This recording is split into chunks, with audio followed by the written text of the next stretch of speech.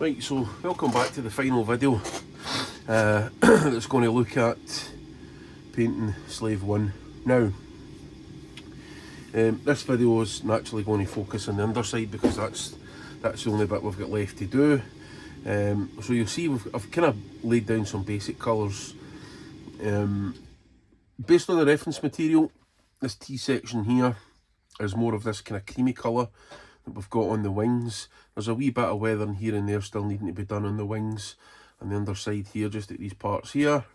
Looking at the reference material, this section here is also that creamy colour, and this part here is more of the grey. And here we've got some green, some of the Death Star surface grey, which is kind of the primer colour for this ship, and then again up here with the Death Star surface grey. There is some misting of what looks like potentially some white on the dish and stuff, but you know, we can cover that as we go. The three engines, more often than not, they tend to be painted a sort of bronze colour.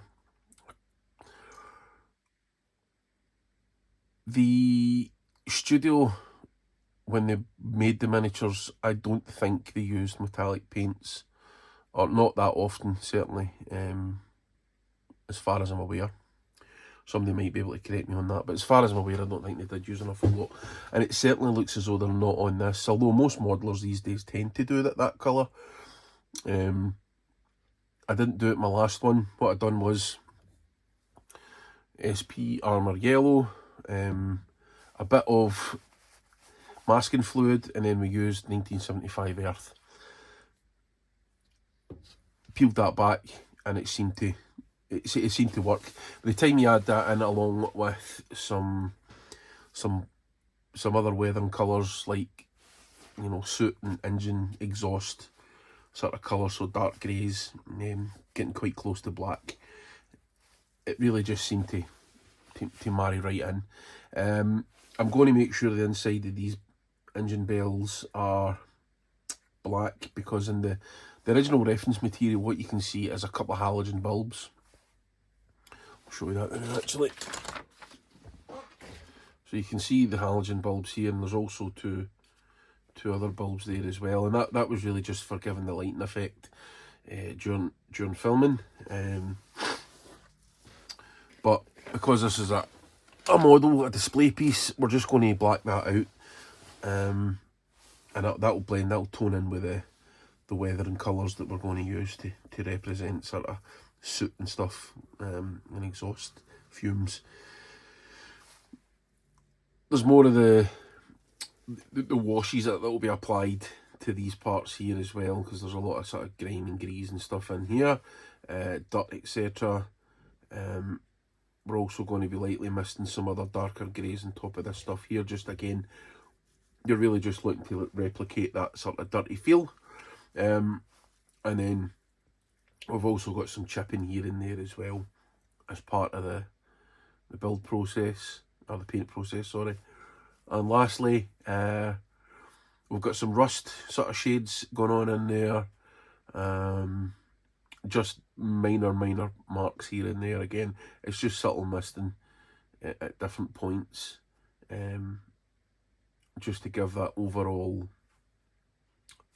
I suppose, used feel, used look, however you want to describe it. Anyway, I'm going to try and not ramble on too much more in this video. This hopefully will be a much shorter video than the others, and it'll just give you an idea about what I'm doing with the bottom end of the ship.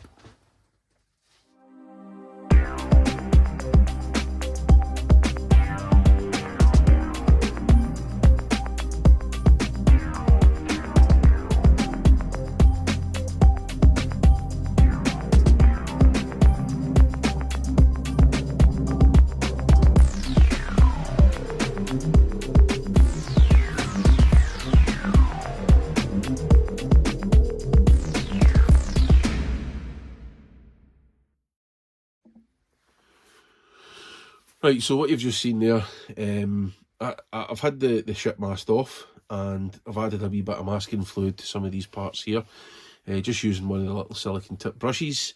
I went over it with a good going over with the coach green, After that, I've then dabbed on using a sponge, this time a wee bit of the masking fluid again, just so we have a stippling effect between the two greens. I've then layered over the Weyerhaeuser green over the top of that. Not a particularly heavy coat, more of a heavy misting really than an actual proper full coat. We want a bit of transparency there, so we've got the sort of transition colour, some mottling patterns, etc. And that's the chipping fluid will definitely help us achieve that. You also see me just tidied up some of the engine nozzles with some of the yellows, a wee bit of white showing through, and there was a couple other bits I wanted sorted it first. So I gave her that a tidy up with the yellow, and then I've added a very, I suppose again, a light misting of the top colour after I've put on the chipping fluid, and that top colour was 1975 Earth. So we're now starting to get the colours, the main colours starting to tie in. There is a bit of chipping fluid in there, so that'll obviously peel through. We'll see the yellow, and then by the time we start using our other weathering effects on there, then we're really going to see the engine bells sort of come to life along with the rest of the ship, the underside of the ship. So I think what we'll do now is we'll just start to unmask this. We'll get rid of some of the masking fluid, and we'll see how it turns out.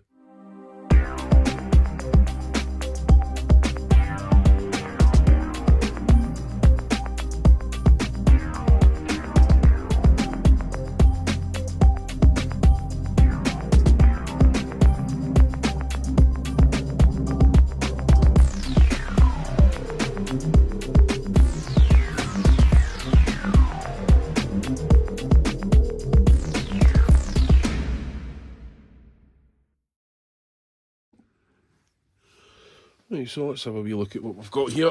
Don't know how well the lighting's hitting that. Let's just adjust that slightly. So we've got some nice chipping along this here. And again, round about the two nozzles here. And we've got some... The chipping at the bottom of the ship isn't particularly heavy, actually. I mean, you think if you were going for a sort of practical effect, then you think there'd be a lot of wear and tear in the bottom of the ship if that's what it's landing on. But hey, listen, it's a made-up sci-fi story, so let's not get too heavy into that. Now, let's get some out of there. There's a bit of overspray, or overspill of a wash in there. I'm actually going to leave it because it's part of the effect, isn't it? We've got overspray and it's not overspray. We've got tide lines and wash marks everywhere all over this, and I want to keep that. There'll be some more of that going on around a bit in here anyway, and then there'll be misting coats getting applied, various bits and pieces. A wee bit more work needing to be done on these parts of the wings here and here. Obviously the dish and stuff, there's some work needing done on there, but I'm really quite content.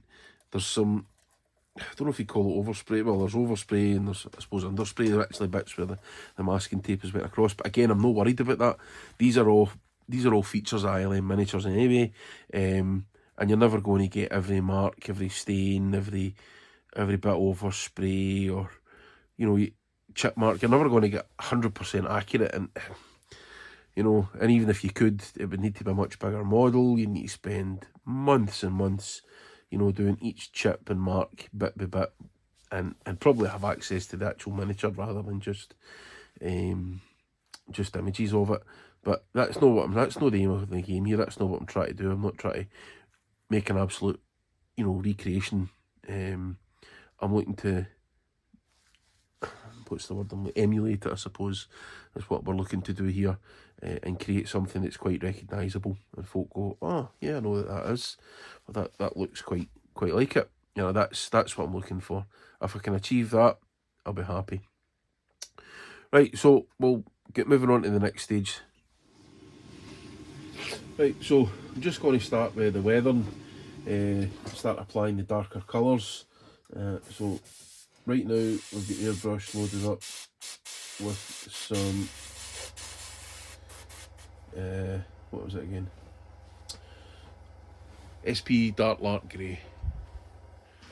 And so we're just starting to build up some of those areas.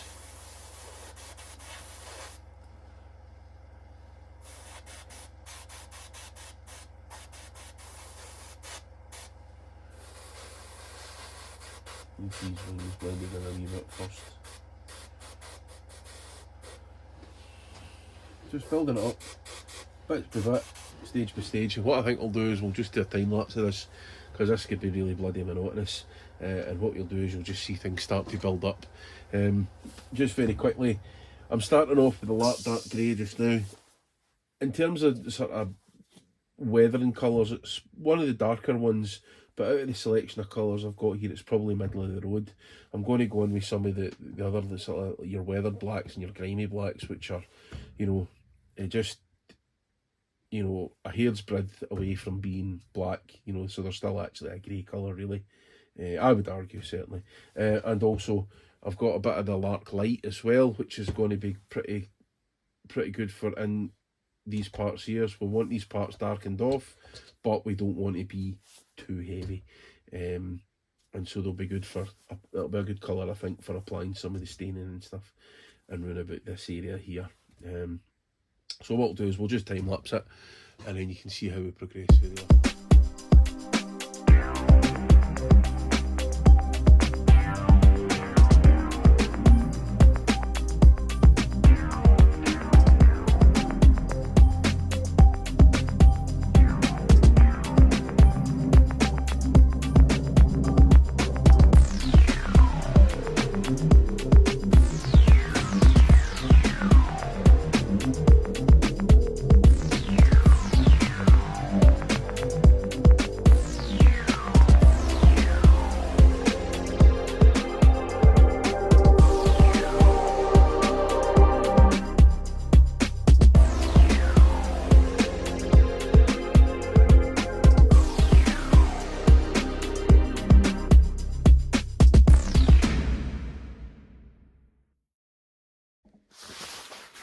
Right, I'm not going to rabble on too much longer. I'm going to call this done. I'm very happy with where we're at with it. I did worry a wee bit earlier on in the build that I'd went a bit too heavy, the weathering. But the reality is, by its very nature, Slave 1 is a very, very heavy weathered ship. And really, I followed what I was seeing in front of me in the reference pictures. This is the result, and so I'm very happy with it, and I'm just hoping my customer is as well. Any questions, any comments, please feel free to get in touch. Ask away. If you get any comments you want to share, or anything you want to say, or any questions you want answered, drop me a line. Be happy to hear from yous. Thanks very much for watching. As of last week, I'm now over 100 subscribers, which is about 95 subscribers more than I ever anticipated getting. And that includes my kids. I really appreciate everybody taking the time to watch the videos and check out what I've been doing, and make some nice comments and stuff. It's really nice and encouraging. I'm on a couple of groups on Facebook, in particular Nerf Herders Workshop. Shout out to Chris and everybody at Nerf Herders Workshop. It's a great private group where people come together. They're Star Wars fans, and there's all sorts of stuff. There's found parts prop building, studio scale model building, smaller scale model building as well, kind of like what I've been doing lately. And just a general appreciation for, a lot of the art that's went into the creation of Star Wars. I've took a lot of real inspiration for some of the guys over there, and it's been nice to hear some of the really positive comments that I've been getting as well. So again, just thanks very much. Thanks for watching, and let's see what the next videos are going to bring. But this concludes the Slave 1 videos. So thanks again. Take care.